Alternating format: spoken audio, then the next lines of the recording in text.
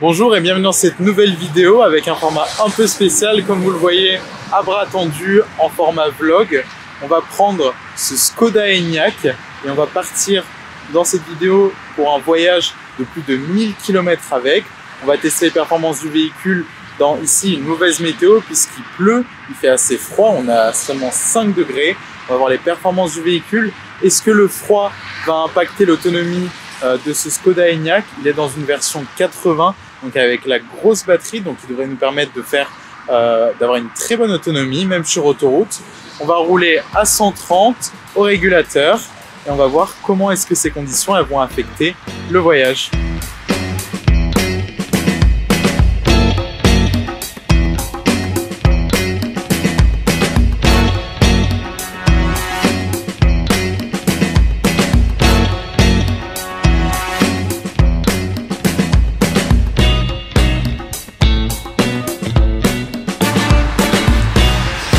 Alors il est tout juste midi, on vient de quitter Paris, il fait 5 degrés dehors. On commence à avoir quelques éclaircies mais il fait quand même assez froid et le sol est encore mouillé à cause de la pluie. Le véhicule il est chargé là actuellement à 90%, il nous estime encore 400 km d'autonomie et j'ai calculé avec mon téléphone, avec l'application ABRP et elle nous estime qu'on devrait s'arrêter 2 fois sur le trajet, environ 20 minutes. Donc la prochaine aire d'autoroute, ce sera du côté de Reims et on va s'arrêter pour quelques minutes sur une station Ionity. A tout de suite. Donc pour recharger notre Škoda Enyaq, rien de plus simple. On va utiliser la carte PowerPass qui vous est donnée avec votre véhicule quand vous l'achetez.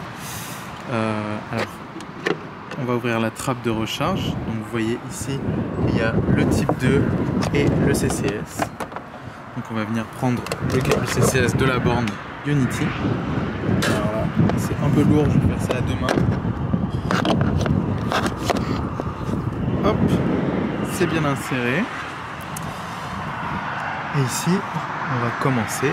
Start. On va scanner la carte.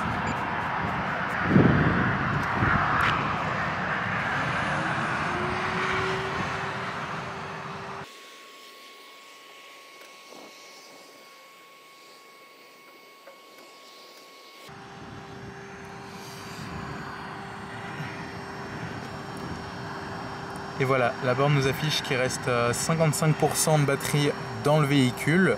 La puissance de charge elle va grimper au fur et à mesure. Et donc on va recharger jusqu'à 77% comme préconisé par ABRP. Alors je vous fais un petit point en route. On est bien au régulateur de vitesse à 130 km/h. J'ai activé le Travel Assist, le maintien dans la ligne. Il nous reste actuellement 22 km avant de rejoindre la première borne et tout se passe bien pour le moment. Au niveau du véhicule, il reste 61% de charge et on a une consommation moyenne qui est de 23,3 kWh 100 km. Il ne faut pas regarder la vitesse moyenne puisque la vitesse moyenne elle est pas bonne à cause des arrêts qu'on fait pour le tournage, mais voilà, on a parcouru pour l'instant 110 km et on a une consommation moyenne de 23,1 kWh 100 km, en sachant qu'on a fait un peu plus de la moitié de ces 110 km à 130 km/h sur l'autoroute. Voilà, donc je vous reprends tout à l'heure. Ah oui, un dernier petit point, il nous reste, comme vous pouvez voir ici, encore 247 km d'autonomie. Donc pour l'instant le véhicule s'en sort très bien dans ces conditions là. À tout à l'heure. Petit point de parcours, il est actuellement 14h01. Il nous reste encore 120 km à parcourir et vous voyez qu'il nous reste aussi 49% d'autonomie. Il nous reste un peu plus d'une heure de route pour rejoindre notre destination. Là, c'est la prochaine heure d'autoroute Ionity et le véhicule il affiche encore 173 km d'autonomie. On est toujours à 130 km/h au stabilisateur. Donc la voiture se débrouille très bien. Et niveau consommation, on est actuellement à 24,4 kWh 100 km. Donc je sur les 200 derniers kilomètres qu'on a parcourus.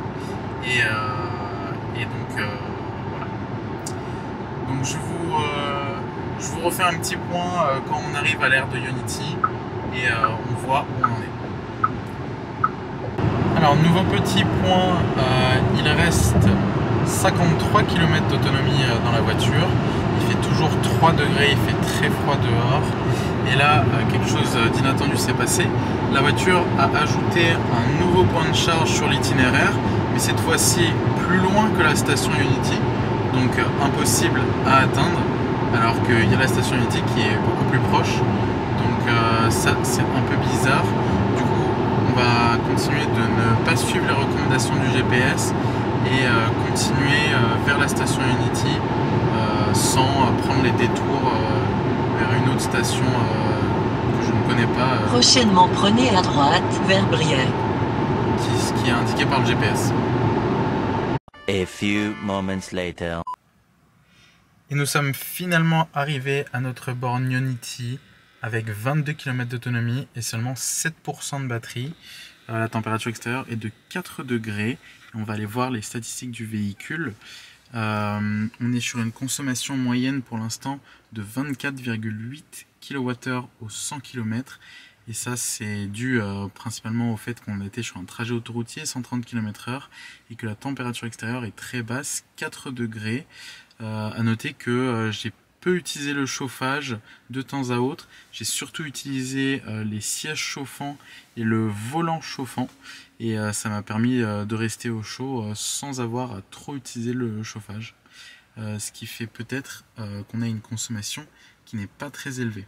Cependant, surprise, surprise, la station Unity est complètement pleine et il y a des voitures qui attendent derrière. Donc on va aller voir ça de un peu plus près et on va voir combien de temps on va devoir attendre. On est arrivé du coup à 15h05, on va voir à quelle heure est-ce qu'on va se brancher et combien de temps ça va mettre à recharger la voiture. Alors ça fait à peu près 20 minutes que j'attends du coup qu'une borne se libère. Il reste 2 voitures avant moi. Ici c'est drôle, il y a tout un petit écosystème qui s'est mis en place, les gens discutent entre eux, ils parlent de leur voiture, de leur expérience et il y a même un Néerlandais qui a pris l'initiative de faire une liste. Du coup moi je suis numéro 3 dans la liste là, donc ça veut dire que je suis le 3e qui aura accès à une borne là. Donc bah écoutez, moi là je bois un petit café, je mange des madeleines, je suis au chaud dans la voiture. C'est vrai que ce serait bien si ça allait un peu plus vite, s'il y avait plus de bornes, puisque ici il y a 4 points de recharge d'Unity, donc des bornes 350 kW et une borne 50 kW. Mais il y a énormément de touristes néerlandais. Je vois beaucoup de plaques jaunes et il y avait un Belge aussi. Et il est forcé de constater que le réseau là en France ne répond pas à la demande quand il y a les touristes européens qui viennent, surtout du nord, qui viennent en France. Là, il y a clairement un manque de bornes et du coup, ça crée des listes d'attente comme ça. Donc bon, au moins tout ceci se passe dans la bonne humeur, il n'y a pas de cahuts ou quoi que ce soit. Mais j'attends de voir, on est encore au début. Là, je vois quand même que Unity a prévu 2 stèles supplémentaires. Donc il y a des emplacements, même s'il n'y a pas encore de bornes, il y a déjà des emplacements qui sont prévus pour 2 bornes 350 kW supplémentaires. Mais à voir quand est-ce que l'investissement sera fait. Et malheureusement, même autour de la zone là, il y a très peu de bornes de délestage où on aurait pu aller à la place, ou par exemple j'aurais pu m'arrêter un petit peu avant ou un petit peu après. Le réseau, il est encore, le problème c'est encore le réseau, il manque à l'appel. C'est possible, comme je le fais aujourd'hui, de faire des longs trajets, mais force est de constater que de plus en plus de personnes achètent des voitures électriques, font des longs trajets comme moi là actuellement, et que ça peut créer des embouteillages. Là il est 15h30, c'est l'heure de pointe, et du coup ça peut créer des embouteillages aux bornes. Ben voilà, je vous tiens au courant quand est-ce que je peux me brancher du coup. À tout à l'heure alors. Alors il est 16h10 et je viens tout juste de pouvoir me connecter. J'ai donc attendu presque 1 heure quand même que la place se libère. Mais bon, je peux enfin charger. Vous voyez que ici les voitures s'enchaînent, il y en a de tous les côtés. Et donc la voiture, elle estime qu'il faudra à peu près une trentaine de minutes pour atteindre 80%. Je chargerai peut-être pas jusqu'à 80%, je vais voir combien de kilomètres il me reste à parcourir. Elle met bien ici durée de recharge 35 minutes. Donc au moins, ce qui est bien, c'est que pendant la recharge, j'ai le chauffage et je suis très bien, donc il n'y a pas de souci. Alors si on déverrouille la voiture avec la clé, on se retrouve avec cet écran de recharge qui est très pratique puisqu'on voit bien le niveau de charge. Là on est actuellement à 46%, ça nous donne 153 km d'autonomie et là on est en train de recharger à 7 km d'autonomie par minute. C'est une unité qui peut être intéressante pour savoir à peu près où on en est, mais moi j'aurais bien aimé voir la valeur en kilowatts comme c'est marqué sur la borne, puisque ça donne une meilleure idée, puisqu'on sait la capacité de la batterie en kilowattheure, donc c'est une meilleure idée que juste de savoir combien de kilomètres par minute. Après, là, alors un dernier petit point sur la recharge de ce Enyaq, on est arrivé à 75%, ça fait 33 minutes, on a récupéré 55 kWh et on charge actuellement à 64 kW, donc ça a bien diminué depuis les 125 de pic, mais c'est toujours très bien. Donc on va arrêter la charge. Stop. Ok, et voilà, on va pouvoir débrancher le véhicule et laisser la place au prochain. Et on vient d'arriver à notre destination. Alors la voiture, il reste 182 km d'autonomie. On va aller voir les données du trajet. Donc vous voyez qu'il nous reste 53% de batterie encore. Et dans les données, alors la consommation finale du trajet, ça a été 24,6 kWh au 100 km. Donc c'est dans la moyenne, je dirais, parce que ça pourrait être mieux. Je sais que par exemple des véhicules comme la Tesla Model 3 ou certaines Hyundai Ioniq sont très efficientes et pourraient faire des meilleurs scores, mais vu le gabarit du Skoda Enyaq, à noter que c'est le plus grand dans la gamme de Volkswagen, ça me paraît être un score tout à fait honnête. On a fait un trajet de 388 km et du coup on a pris quand même un certain temps puisqu'il est 17h33 là. On a mis autant de temps puisqu'il a fallu qu'on attende à la deuxième borne pendant 1 heure que une place se libère. Mais ensuite la charge s'est déroulée sans à-coup. Alors bah voilà, ça c'était le récapitulatif du trajet. Et moi je vous retrouve tout à l'heure pour un autre trajet. Alors rebonjour, on se retrouve maintenant pour le trajet retour. Alors je suis sur une aire d'autoroute qui se situe juste après Saarbrücken en Allemagne. On est au tout début de l'autoroute A4 et on va prendre la direction de Paris. J'ai mis mon itinéraire direction la ville de Saint-Cyr et du coup ABRP, donc le planificateur d'itinéraire, m'a indiqué qu'on ferait comme à l'aller 2 arrêts recharge. D'ailleurs c'est aux mêmes stations de recharge, donc on s'arrête une première fois vers Metz à la station de Haut-Concours je crois, à côté de Metz. C'est là où si vous avez suivi à l'aller, on avait rencontré des bouchons au niveau de la borne de recharge. Il y avait beaucoup de monde qui essayait de se recharger, notamment des touristes étrangers. Et le deuxième arrêt recharge, ce sera près de Reims je crois, sur une aire d'autoroute, encore une fois une station Ionity, avant qu'on arrive qu'on arrive à Saint-Cyr, notre destination finale. Donc là, je suis actuellement, je vais vous montrer la voiture sur une borne de recharge à haute puissance, donc allemande, ENBW. Donc c'est une borne de 300 kW. Et là, actuellement, notre Enyaq il est chargé à 36% et on charge à peu près à 71,6 71,5 kW de puissance. Donc on en a pour encore quelques minutes. Et ensuite, on va prendre la route avec ce Skoda Enyaq. Donc encore une fois, sur l'autoroute, à vitesse stabilisée à 130 km/h, on ne va pas se priver. Donc on va bientôt partir. Là, j'attends que la voiture atteigne à peu près 40% de batterie pour rejoindre Metz, qui se situe à moins de 100 km d'ici. D'ailleurs, une chose importante au niveau de la tarification, ici sur cette borne, vous voyez qu'on paye au kilowattheure qui est injecté dans la borne. Donc contrairement aux stations Ionity en France, où on paye à la minute de recharge, ici on paye, vous voyez, Donc c'est 45 centimes du kilowattheure en AC et 55 centimes du kilowattheure en DC, comme on est en train d'utiliser actuellement la borne, où il existe aussi des systèmes d'abonnement, vous voyez, 6 € par mois pour avoir des tarifs préférentiels. Donc c'est un opérateur allemand, EnBW, c'est un grand énergéticien allemand, équivalent un peu de EDF, et ils ont ce réseau de bornes.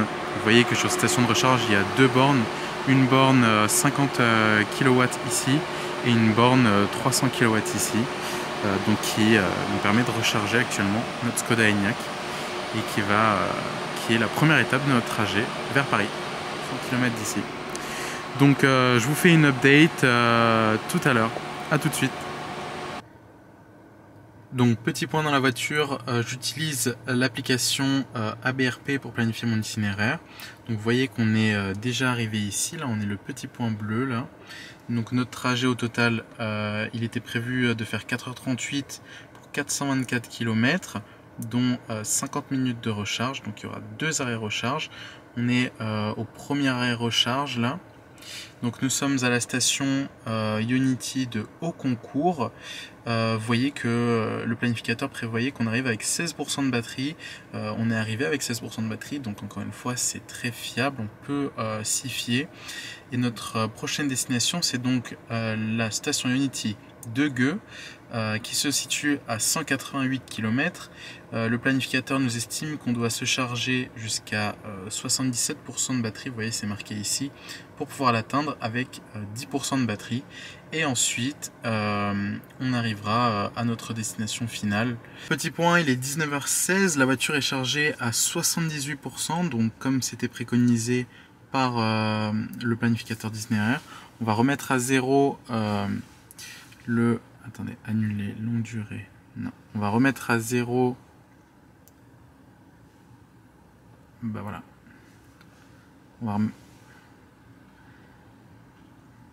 Hop, on a remis à zéro l'itinéraire, donc on va pouvoir voir quelle est la consommation moyenne et combien de temps et combien on a parcouru. Voilà, donc actuellement le véhicule affiche 250 km d'autonomie. On a le chauffage qui est à 20 degrés, les sièges chauffants, le volant chauffant. Donc on va rouler encore une fois à 130 au régulateur et voir quelles sont du coup les données, les statistiques du trajet et combien de temps on va mettre, et à quel pourcentage de batterie on va arriver, en sachant qu'on est à 78% de batterie actuellement. Allez, à tout à l'heure. Il est actuellement 20h18, il nous reste 69 km à parcourir. Le véhicule a programmé un arrêt recharge parce qu'il pense qu'on n'arrivera pas à la station Ionity qui se situe au niveau de Reims. Il nous reste 28% de batterie et la consommation est assez élevée. On est aux alentours de plus de 28 kWh au 100 km, donc ce n'est pas très bon. Là sur les 125 km qu'on a parcouru, sur l'heure dernière, on est au régulateur à 130 km/h, donc ça nous fait une vitesse moyenne très élevée, 122 km/h, et on continue de foncer. Là il nous reste du coup 68 km à parcourir. La voiture elle annonce encore 87 km d'autonomie, donc on va continuer à rouler vers la station Ionity de Reims, la station Gueux je crois, et écoutez, tout se passe bien sinon sur la route, on est toujours calé à 130 au régulateur, on continue à rouler, et voilà, je vous fais un nouveau point un peu plus tard. Et voilà, on vient d'arriver à l'ère Ionity, du coup on va avoir un peu les statistiques du véhicule. On a consommé beaucoup, 27 kWh au 100 km sur ces derniers 186 km. Et le niveau de charge restant, 8% de batterie. Donc c'est un peu moins que ce que ABRP avait planifié. Mais ça c'est probablement dû au chauffage et à la température extérieure qui est extrêmement faible, 2,5 degrés. On arrive tout de même avec du coup 8% de batterie et 24 km d'autonomie. Donc c'est plutôt pas mal et on va sur ce pas brancher le véhicule. Et ben voilà, j'ai eu le temps de passer à la station essence, d'aller aux toilettes acheter un petit café. Maintenant on va arrêter la charge de ce Skoda Enyaq Donc on va voir les statistiques avant. On a chargé du coup pendant 29 minutes 30 et il est à 71%. On a récupéré près de 50 kWh pendant la durée et là on est encore en train de charger à 64 kW. Donc on va tout de suite arrêter la charge. Stop. Voilà, charge arrêtée et on va remettre le connecteur en place et reprendre la route direction Saint-Cyr, notre destination finale.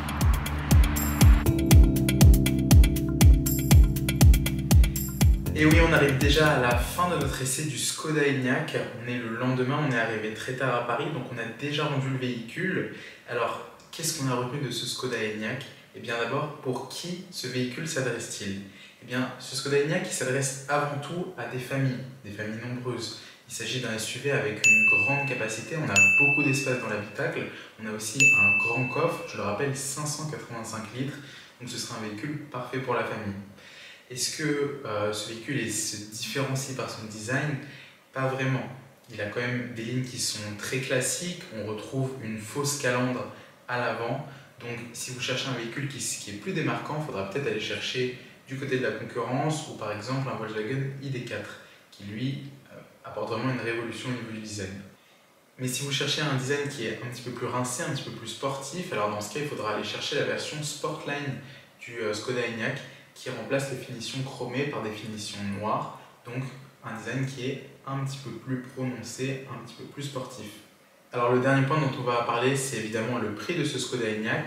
La gamme démarre à 37 930 €, donc c'est plutôt bien positionné. Cependant, pour ce prix-là, vous aurez accès à la version 50 qui dispose d'une batterie de seulement 51 kWh, donc une autonomie qui est plus petite, qui est plus réduite. Si vous voulez accéder à la version à grande autonomie, comme celle que nous avions en test, avec une batterie de 77 kWh, il faudra débourser près de 50 000 €. Et donc ça veut dire que vous n'aurez pas accès à la totalité du bonus gouvernemental de 6 000 €. Malgré cela, on retiendra tout de même les grandes qualités de ce Skoda Enyaq. Il s'agit d'un très bon véhicule qui est vraiment très recommandable si vous êtes à la recherche d'un grand SUV, même peut-être un design qui est proche du break avec beaucoup de place dans l'habitacle, mais aussi un grand coffre. Alors ce Skoda Enyaq, il est peut-être fait pour vous. Et si le Skoda Enyaq vous a plu, eh bien n'hésitez pas à contacter les experts de BIV. Ils disposent des meilleurs prix pour votre voiture électrique, mais aussi pour votre borne de recharge. Ils pourront aussi vous aider à accéder à toutes les aides de l'État. En tout cas, merci d'avoir regardé la vidéo. N'hésitez pas à vous abonner, à liker la vidéo et à activer la cloche de notification si ça n'est pas déjà fait. Et quant à nous, on se dit à bientôt dans une prochaine vidéo. Ciao!